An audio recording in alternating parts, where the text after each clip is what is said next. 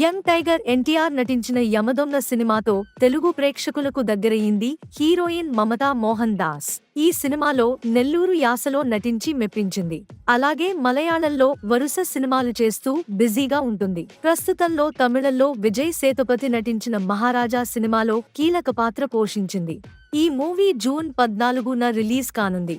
తాజాగా మహారాజా ప్రమోషన్లలో పాల్గొంటున్న మమతా మోహన్ దాస్ తన లైఫ్ గురించి ఆసక్తికర విషయాలను పంచుకుంటుంది. ఈ క్రమంలోనే ఓ ఇంటర్వ్యూలో పాల్గొన్న మమతా కొన్ని ఆసక్తికర విషయాలను పంచుకుంది.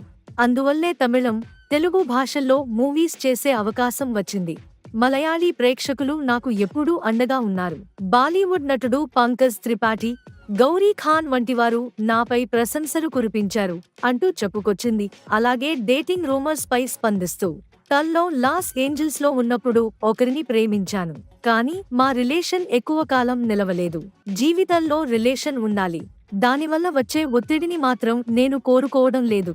ఒకరి తోడు ఖచ్చితంగా కావాలని మాత్రం అనుకోవడం లేదు. ప్రస్తుతం చాలా సంతోషంగా ఉన్నాను. భవిష్యత్తులో ఎలా ఉంటుందో తెలియదు. ప్రస్తుతం పార్ట్నర్ కోసం వెతుకుతున్నా. కాలంతో పాటు అన్ని విషయాలు బయటపడాల్సిందే అని అన్నారు.